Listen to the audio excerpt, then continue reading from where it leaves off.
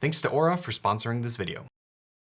If you've been watching my videos for a while, you know, it's not a secret that I'm a fan of the iPhone. I love the software, I love the hardware, and just the overall ecosystem. Well, let's just say Apple got me. I like it. But there are definitely certain things that I would change about not only the phone, but iOS. And every year we come to the middle of the year when WWDC takes place and we see the next version of what Apple is working on for the iPhone. iOS 16 is no different. We are expecting it in June. And even though there are things I love about iOS, there are definitely some things that I think could be changed. And whether or not we're going to see these changes, I'm not sure, but I tried to put together a list of things that could actually happen that I see Apple actually doing that hopefully we'll see, if not this year, at least at some point. So I split this into two main categories: new features I'd like to see, and then improvements that I'd like to see. And I think features is the most exciting. Right up front, the thing that I have been wanting the most as I've been using my phone more and more is some sort of iPhone multitasking. Split screen just makes a ton of sense as these phones are getting bigger and bigger. Let me run two apps at the same time. Now, this is something that has been rumored on the iPhone for quite some time. Like, we always expect Apple to do something like this, but it just never happens. I don't see any reason why it can't happen. We have it on the iPad, which is basically iOS already, so port it over to the iPhone. I think this would be great. And in my research online of thinking what things could come to iOS, this was actually one of the top things that I always saw repeated. Every single time there was a wish list that people wanted from iOS 16, this was inevitably on it. And I agree. I would love to have this feature. This is something that we've had on the Android side for years at this point. And that's actually one of the reasons why I love using my Galaxy Z Fold 3. Horrible name, but I love that phone. And one of the main reasons is because the screen's so big and you can actually do multitasking on it.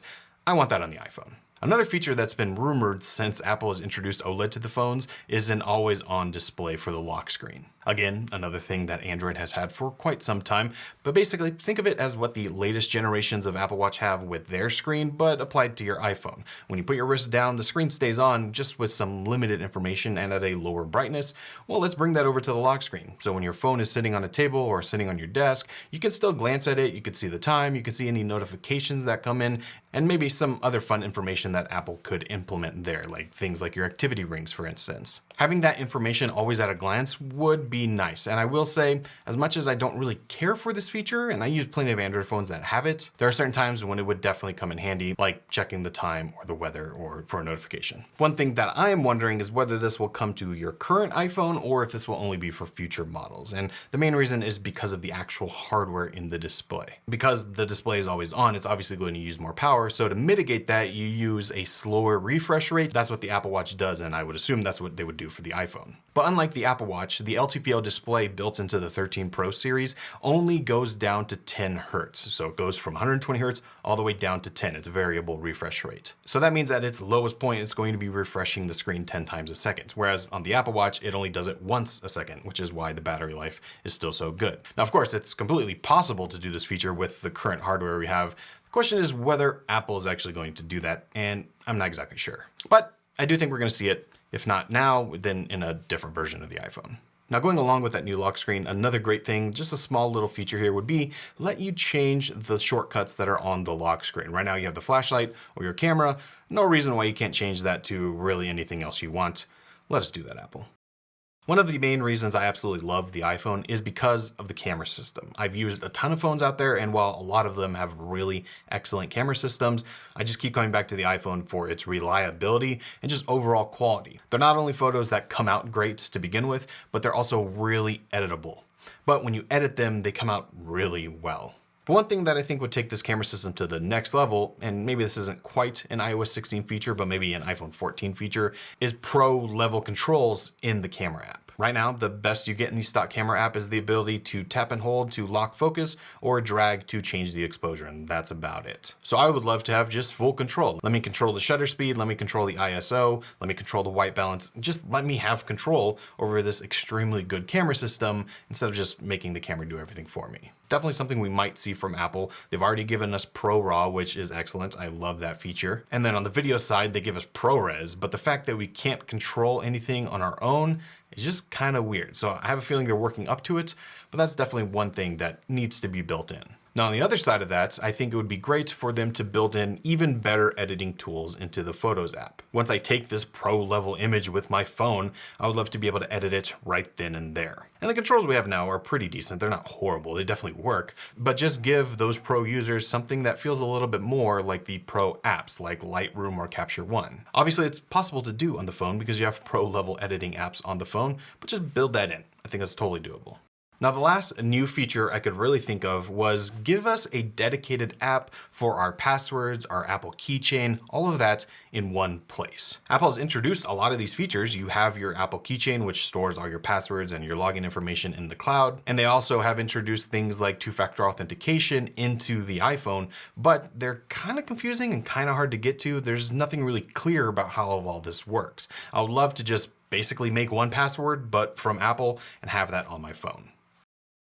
Okay, so before we continue on to the rest of this list, I want to thank this video's sponsor, Aura. Now, we've all heard of different VPNs, different data security, identity theft programs that help keep your data safe. But what Aura does is bring all of those things under one roof and under one app. Aura is the most comprehensive online security platform that I've ever seen, and it offers a lot. These days, everything we do is online, so not taking the security of those accounts and those transactions seriously is just not very smart. Now, Aura offers a ton in terms of protection, but there's really 4 categories. It's family protection with things like parental controls, online and device protection with things like VPNs and password managers. You also have identity theft protection for your social security. And if anything does happen there and you need to get it solved, you have a one-on-one representative from Aura that will work with you the entire process. And you also get financial fraud protection. So if you want to link, say, your bank account to Aura, it will monitor all your transactions and make sure nothing fishy is going on. Like I said, this is the most comprehensive security suite that I've really ever seen. So if you want to check out more about Aura and try it for yourself, you can sign up for a free trial. Just go to aura.com/MattGonzalez. I'll leave that link down below. Try it out completely free, and hopefully it's the right security solution for you.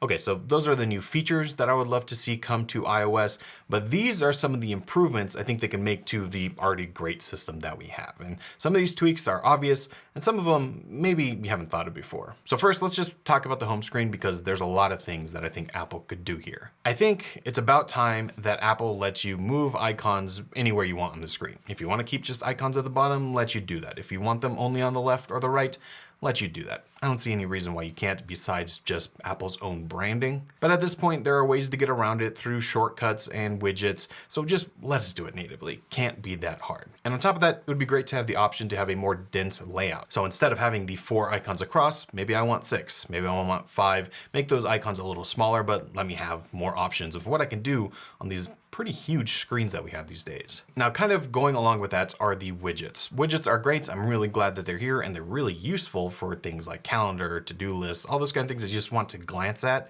Widgets are awesome. But one of the biggest complaints I've seen, and I have it myself, is that you can't do any actions with them. You can't tap any buttons. You can't check off anything on the list. They're pretty static. They do update in the background so you can see the latest information, but that's about it. If you tap on it, it's just going to open the app. And while that's okay, let us do things like tick off on a check mark on a to-do list, for instance. Or if you have an app that has different toggles, let you click on those. But I'm sure there was a way to do this that would make Apple happy, but also let us actually use those widgets for something. And I would also like to see more widget sizes and layout options. Right now, the smallest we have is 4x4 that takes up the space of 4 apps.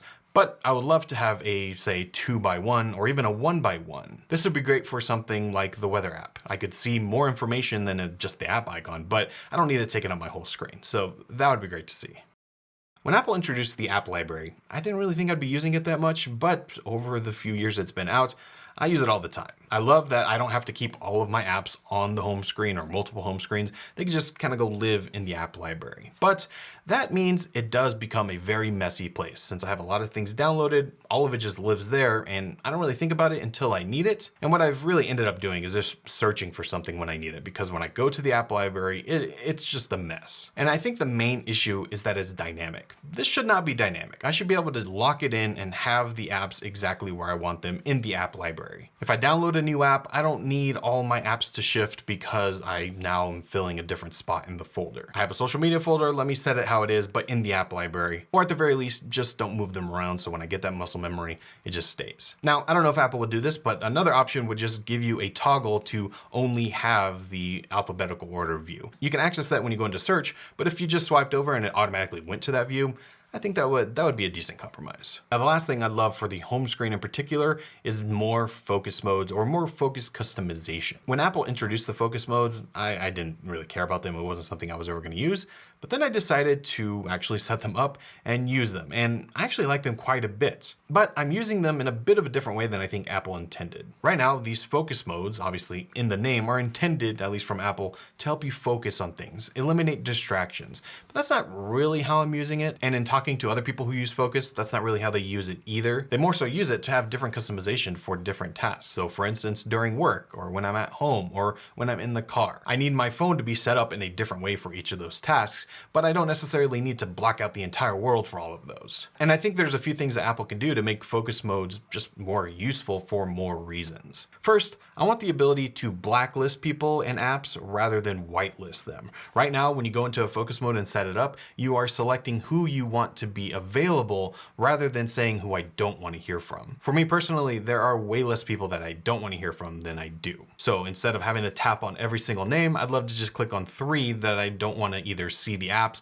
or see the people. Another thing is just with the customization of what focus modes can do. For instance, I wanted to set up a focus mode for driving that would give me a custom home screen and it would activate when I get into the car since my car doesn't have CarPlay. You can't really do that. If you set up the driving focus mode, well, you can set it so that it automatically turns on when it detects you are in your car. Great, I love that. But you can't select a specific home screen because it either wants you to use CarPlay or just not look at your phone at all, which makes sense in a way, but sometimes you need navigation, right? So I just went in and made my own custom one so that I could have my custom home screen with the map apps that I want, but I can't set it to automatically activate when I start driving. The best I can do is either schedule it or have smart activation, which in my experience just didn't really work for what I needed. Obviously, my use case is pretty specific, but the point is I want more options in the focus modes to do more things with. This is a very powerful tool that I think Apple is just starting to explore, and when you get into it and dig down, there's things Apple can do to make this one of the best tools on the iPhone.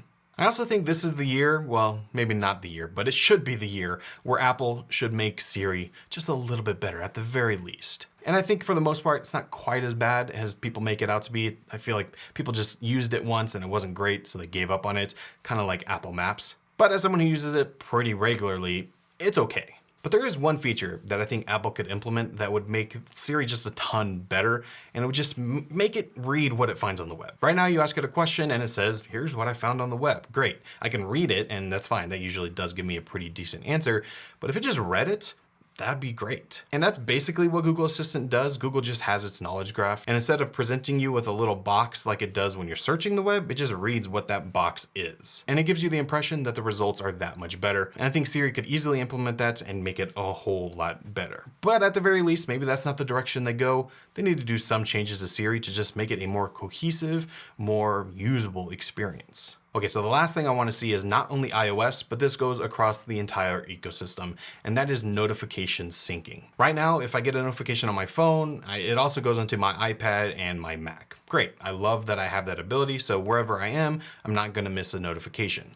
But if I pick it up on my phone, well, it doesn't know on my other devices, and I see no reason why that should be the case. I want iCloud notifications so that when I read it on my phone, it automatically reads it on my other devices, and I don't have to pick up my iPad and then read the same notification again. That's a simple one, and I would love to see it. Now here's the question. Are we gonna see any of these at WWDC this year with iOS 16? And I'm gonna say probably not. We might see a few, but I'm not really holding my breath. Everything we have seen up until now, rumor-wise for WWDC, is stating it's not gonna be a very big year for iOS. And in a way, that's okay. Hopefully, they take this time to make iOS more secure, more robust, and not as buggy. I know people have a lot of issues with bugs. So if they do that and kind of have almost a OS X snow leopard year where they don't really change anything, but just make the OS overall more solid, I'm okay with that. But if they're gonna be introducing more features, these are some of the ones I'd love to see. And I'd also love to hear from you. What did I miss that you would love to see? Leave those in the comments down below. Every year, it gets harder and harder to think of new things that I need built into my phone, but this is a list that I would love to see come to the phone, and hopefully one day they do.